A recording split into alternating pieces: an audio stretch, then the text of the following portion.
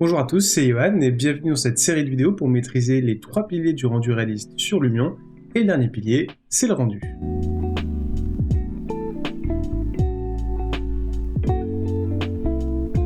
Le rendu, la concrétisation de ces heures de travail, de conception, de modélisation, d'aménagement, de texture.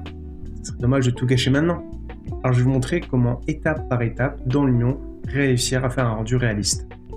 Le but de cette vidéo, c'est de vous montrer comment on passe de cette image de base de Lumion à ce rendu final. La première étape, c'est la photo. Alors même si ce que vous voyez, c'est de la 3D, c'est des choses générées par ordinateur, ça ne reste ni plus ni moins qu'une photo. Et pour améliorer vos rendus, il faut maîtriser l'art de la photographie, qui est un art à part entière avec ses règles à respecter, donc nous allons voir ça ensemble. Qu'est-ce qui est à notre disposition dans Lumion pour pouvoir modifier ces paramètres-là? Alors dans Lumion, on a la possibilité de changer la longueur de focale de notre caméra, le format de l'image, si c'est du 16/9, du 9/16, et du 1:1, 3:2, et aussi des outils pour nous aider à la composition de notre image avec par exemple les lignes de tiers que nous allons voir un petit peu plus tard. La longueur de focale, c'est ce qui peut vous permettre par exemple sur votre téléphone de passer d'un grand angle à un gros zoom. Par défaut, la focale dans Lumion est à 15 mm, qui va se rapprocher d'un grand angle d'un iPhone qui est à 13 mm. Ce qui va donner une perspective plus profonde, mais qui va surtout déformer aussi la profondeur.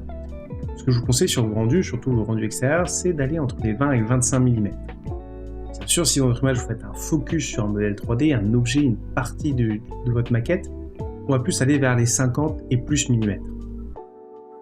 Pour le format de l'image, il faut s'adapter bien sûr à la forme de votre projet, mais aussi à votre plateforme de diffusion.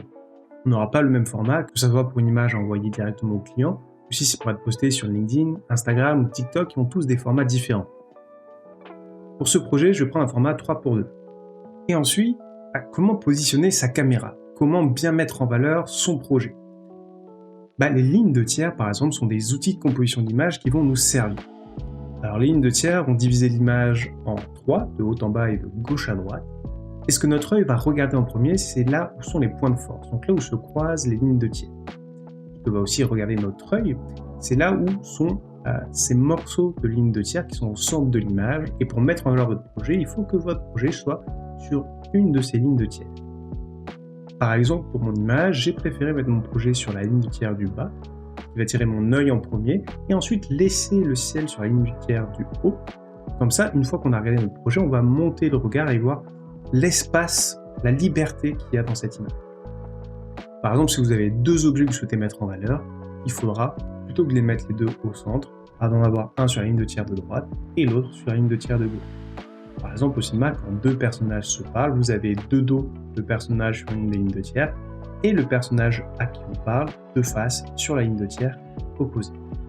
Maintenant que mon projet est bien cadré, il faut que je passe au réglage de mes effets dans Lumion. Je commence toujours avec un style prédéfini. Alors je ne vais pas vous mentir, les nouveaux styles prédéfinis de Lumion 2024 me plaisent beaucoup moins que ceux des anciennes versions, mais on va faire avec et je vais commencer avec le style prédéfini jour. À l'ajout de ce style prédéfini, 9 effets se sont ajoutés à mon image et on va voir les effets les plus intéressants. Alors à savoir que pour un rendu extérieur, pour le moment je préfère utiliser la méthode rasterisée que d'utiliser le ray tracing. Je garderai le ray tracing pour des rendus intérieurs. La première chose que je fais sur toutes mes images dans Lumion, c'est de rectifier la colorimétrie. Effectivement, encore une fois, avec Lumion 2024, ils ont changé les paramètres de base de la colorimétrie qui ne me plaisent pas trop. Vous pouvez remarquer que la température est au maximum et que les hautes lumières aussi. Ce qui fait que les blancs vont être très cramés et que l'image est très chaude.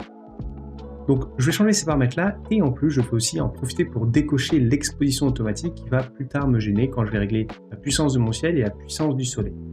Donc voici mes réglages pour la colorimétrie.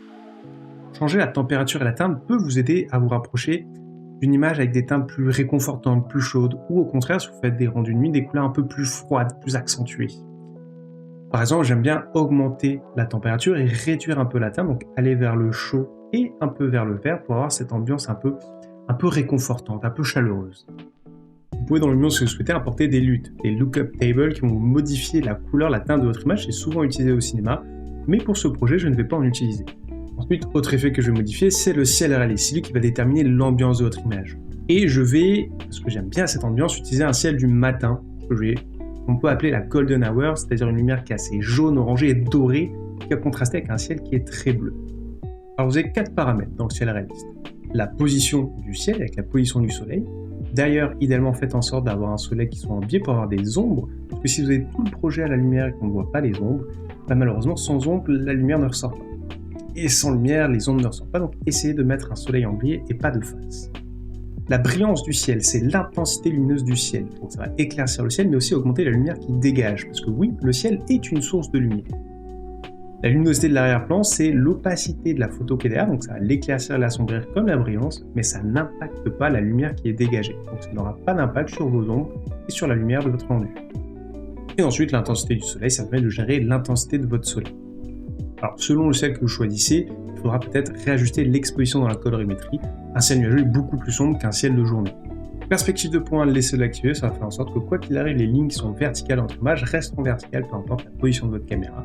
Le seul cas de figure où vous pouvez enlever la perspective de point, c'est si vous faites une vue en plongée, donc votre caméra qui regarde vers le bas, donc ça va surtout aplatir votre image. Netté, laissez-le tel quel, il est déjà bien paramétré. Attention, si vous en mettez trop, ça risque surtout de pixeliser votre image. Et déflecteur de lentille, pour le moment, on va le laisser tel quel. L'effet réflexion. Alors là, on arrive sur les effets qui sont normalement pris en charge par le ray tracing, mais vu qu'en extérieur, par exemple, l'herbe 3D n'est pas bien pris en charge par le ray tracing, je préfère rester sur les méthodes de rendu classiques rasterisées. Donc réflexion. Il faut savoir que dans Lumion, les reflets, c'est pas automatique. Si vous voyez sur cette vitre, les reflets sont tirés, sont flous, pixelisés. Pourquoi ? Parce que je n'ai pas appliqué de plan de réflexion. Le plan de réflexion permet de dire à Lumion, sur cette surface-là, je veux que tu me calcules ce qu'il y a devant. Donc pensez bien sur tous vos rendus, dès que vous avez des surfaces qui reflètent, que ce soit un miroir, une vitre, l'eau d'une piscine ou du métal, à rajouter un plan de réflexion. L'effet Hyperlight, qui est très important et qui est d'ailleurs déjà là de base dans le style prédéfini, qui est mis au maximum. Alors qu'est-ce que c'est ? C'est l'effet tout simplement qui retranscrit les rebonds des rayons de lumière.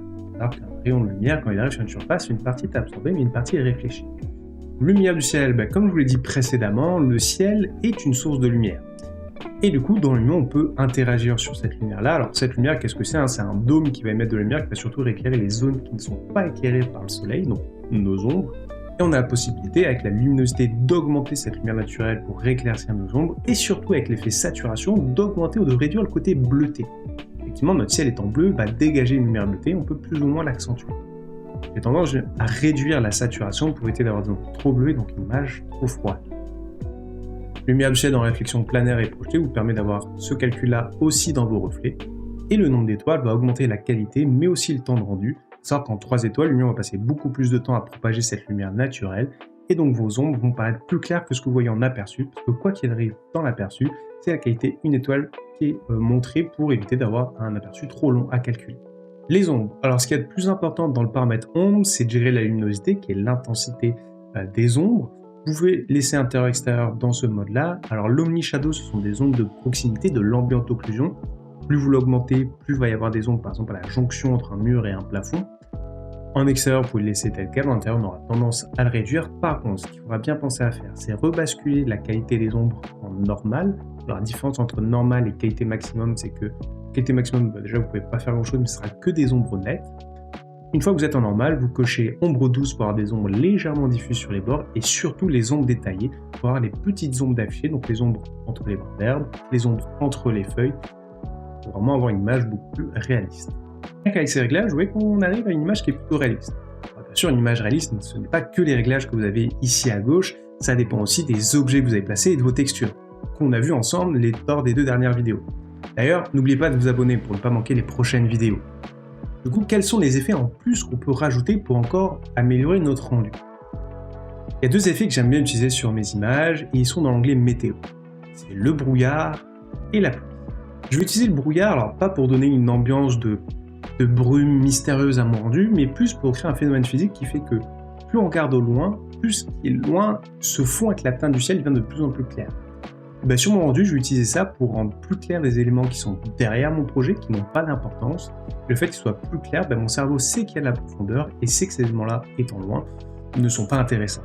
L'effet précipitation, j'utilise sur quasiment tous mes rendus extérieurs, surtout si je vois une bonne partie de mon sol. Alors, sauf l'herbe, malheureusement la pluie n'impacte pas l'herbe dans Lumion, mais si vous avez des sols en asphalte pour une route, si vous avez des trottoirs, si vous avez des terrasses, que ce soit en carrelage ou en bois, ça va donner ce côté un petit peu humide au sol et donner de la vie à votre image. Il a plu, le ciel s'est dégagé, mais ça n'a pas entièrement séché. Le combo qui est utilisé très fréquemment, c'est un sol mouillé et des feuilles mortes qu'on a vu lors de la première vidéo, les objets. Une fois que vous avez fait tous vos réglages, n'hésitez pas à modifier le ciel gris, à voir avec différentes ambiances qu'est-ce que ça pourrait donner à votre projet. Peut-être que certains ciels, on ne l'aurait jamais pensé, peuvent finalement vous donner des ambiances beaucoup plus intéressantes et beaucoup plus réalistes. Donc n'hésitez pas à switcher de ciel en cours de route. Donc voilà mes réglages pour mon rendu dans Lumion. Maintenant, je vais passer à l'export. Alors, quand vous exportez votre image, vous avez plusieurs formats et vous avez aussi des exports personnalisés qui sont des couches supplémentaires. Pour le moment, je vais juste exporter la couche alpha du ciel. Donc, je vais avoir que le ciel en blanc, le reste en noir pour modifier 2-3 petites choses sur Photoshop. Donc là, j'ai mon rendu brut de Lumion et mon image de couche alpha du ciel. Alors, dans Photoshop, je ne fais pas beaucoup de retouches en soi sur mon rendu. Ce que je vais surtout utiliser, c'est le filtre Camera Raw.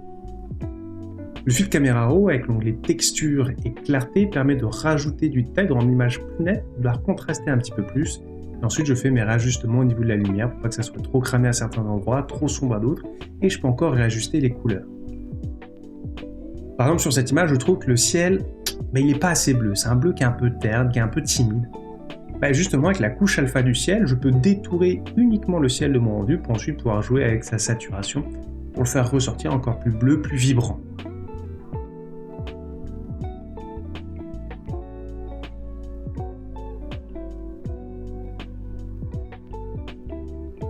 Et donc voilà comment simplement faire votre rendu réaliste dans Lumion. Alors il y a plein d'autres petits paramètres qu'on verra ensemble dans d'autres vidéos, d'autres petites astuces, et je ferai aussi une autre vidéo pour les réglages avec le ray tracing et surtout pour de l'intérieur. Si vous avez aimé la vidéo, n'hésitez pas à lâcher un commentaire, un like, à vous abonner surtout, et je vous dis à la prochaine.